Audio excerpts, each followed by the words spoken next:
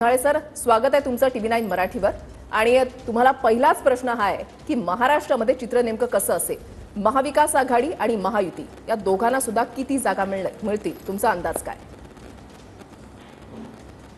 नाही, महाराष्ट्रामध्ये जर सर्वसाधारण अशी लोकभावना जर लक्षात घेतली तर ही लोकभावना ही आघाडीच्या बाजूने आहे।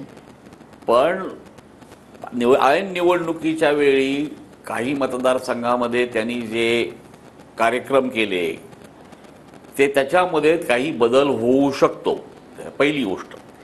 दुसरी गोष्ट, ज्या ज्या ठिकाणी उमेदवार हा आघाडीचा वीक आहे तिथे तिथे महायुतीला जागा मिळू शकते। आणि तिसरी महत्त्वाची गोष्ट खरी की 2014 आणि 19 या काळामध्ये भारतीय जनता पक्षाचा एक मतदार वर्ग तयार झालेला आहे, विशिष्ट वर्गाचा। ही गोष्ट देखील आपण मान्य केली पाहिजे, म्हणजे या गोष्टी म्हणजे मान्य केली पाहिजे। पण त्यांनी निवडणुकीच्या काळामध्ये जी विधानं करत गेले आदरणीय पंतप्रधान, त्या विधानामुळे सगळं जनमत सातत्याने बदलत गेलं। उदाहरणार्थ, त्यांनी मुस्लिम समाजाबद्दल, म्हणजे पूर्वीच्या काळी आपण मुस्लिम असा शब्द सुद्धा वापरत नव्हतो, अल्पसंख्याक असं म्हणायचो। आता मुस्लिम समाजांच्या विरुद्ध त्यांना सगळं रिझर्वेशन दिलं जाईल, त्यांच्यावर असं केलं जाईल वगैरे वगैरे, जे काही विधानं केली त्यामुळं एक मुस्लिम समाजाचं कन्सॉलिडेशन हे आपल्याला झालेलं पाहायला मिळतं। संविधानाबद्दल विरोधी पक्षांनी ज्या शंका व्यक्त केल्या त्या शंकेमुळे दलित समाजाचं मत हे संविधान नक्कीच बदलणार 400 पार म्हणजे। तर हे 400 पार जाहीर करताना भारतीय जनता पक्षाचा हेतू असा होता की एक लक्ष्य असावं त्यांच्यासमोर आणि एक लोकांच्यामध्ये उत्साह निर्माण व्हावा, हा कदाचित हेतू असेल। पण त्या हेतूच्या विरुद्ध काही जणांनी जी विधानं केली त्या विधानाचा आधार घेतल्यामुळं संविधानामध्ये हे नक्कीच बदल करतील हे विधान देखील अंमलात आलं। तिसरी महत्त्वाची गोष्ट की सातत्याने ते निवडणुकीमध्ये आपण केलेलं काम हे जरी त्यांनी सांगितलं असतं तरी निवडणुकीमध्ये असा फारसा बदल झाला नसता। परंतु आता मात्र त्यांनी ज्या पद्धतीने तुमचं मंगळसूत्र काढून घेण्यात येईल, तुमचं सोनं काढून घेण्यात येईल वगैरे वगैरे, आता लोक आता इतके 70 वर्षानंतर एवढे सुजाण झालेले आहेत, पॉलिटिकल त्याला ॲक्युमेनशिप म्हणतात, शहाणपण म्हणतात, हे इतकं वाढलेलं आहे की त्यांना या पद्धतीने बोललेलं कळतं। आणि मला असं वाटतं की हे त्यांचे बदलते सगळे जे रंग आहेत, म्हणजे शेवटच्या भाषणामध्ये अक्षरशः मी तुम्हाला पाहून गेली इथपासून ते संडेला सुट्टी असावी की नाही इथपर्यंत, आणि महात्मा गांधी माहीत केव्हा झाले तर गांधी चित्रपटानंतर। म्हणजे आता हे हास्यास्पदच आहे, म्हणजे महात्मा गांधींना कोण ओळखत नाही, जगभर त्यांचे पुतळे आहेत आणि ते चित्रपटाच्या आधी लागलेले आहेत, हे सगळं जाणतात। हे असताना सुद्धा तसं म्हणणं म्हणजे मला असं वाटतं की भारतीय जनता पक्षाचा खरा चेहरा समोर आलेला आहे। तर आता तुमचा अंदाज नेमका काय की महाविकास आघाडीला किती जागा मिळू शकतात, अंदाज आकड्यांचा, आणि महायुतीला किती?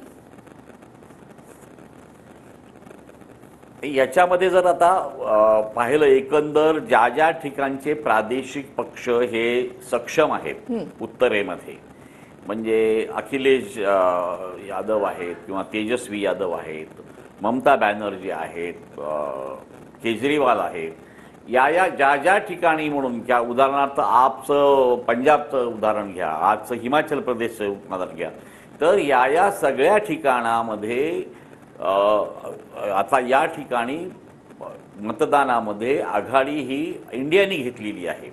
परंतु एक लक्षात घ्या याच्यामध्ये की उत्तर प्रदेशसारखं राज्य आहे, त्याच्यामध्ये 5 ते 7% जरी मताचा फरक पडला तरी ते भाजपकडे टर्न होऊ शकतं। म्हणजे मतदानामध्ये टर्न कसा होऊ शकतो ह्याचं देखील उदाहरण आहे। आणि याला एक महत्त्वाची बाब मला सांगायची अशी की इलेक्शन कमिशनचा जो रोल आहे हा अतिशय महत्त्वाचा आहे।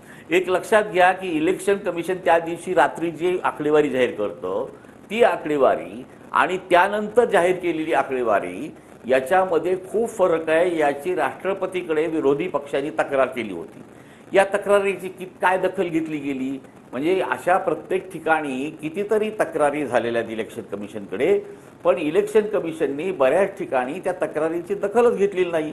त्याच्यामुळं मला असं वाटतं की शेवटच्या क्षणी ह्या निवडणुकीमध्ये अतिशय थोडासा फरक या मतदानाच्या याच्यामध्ये राहणार आहे आणि याच्यामध्ये ही निवडणूक ही अटीतटीची आहे. भारतीय जनता पक्षाला ही निवडणूक म्हणजे केक वॉक आहे असं नाही. शेवटी ह्या निवडणुकीमध्ये दोन्ही बाजूंची मला असं वाटतं की अटीतटीची निवडणूक होईल. अगदीच भारतीय जनता पक्ष सगळीकडे फेल होईल असं मी म्हणणार नाही. म्हणजे त्या ठिकाणी त्यांचं देखील त्यांची मतं आहेत, ती मतं ते घेतील. परंतु दक्षिणेमध्ये उदाहरणार्थ घेतलं तर दक्षिणेमध्ये आता त्यांना तिथल्या आंध्र प्रदेशमधल्या चंद्राबाबू नायडूंची किती मदत होते हे अजून काही कळलेलं नाही. आता ओरिसामध्ये उदाहरण घेतलं तर ओरिसामध्ये भारतीय जनता पक्षाने चांगली मुसंडी मारलेली आहे. परंतु त्या ठिकाणचं जे बिजू जनता दल आहे, हे जनता दल हे पटनायक हे काय भूमिका घेतात ऐन वेळेस, कारण पटनायक अगदी झिरोवर आउट होणारी नाही आहे. त्या ठिकाणी त्या लोकांचं जनमत ओरिसांचं पटनायकाबद्दल खूप चांगलं आहे.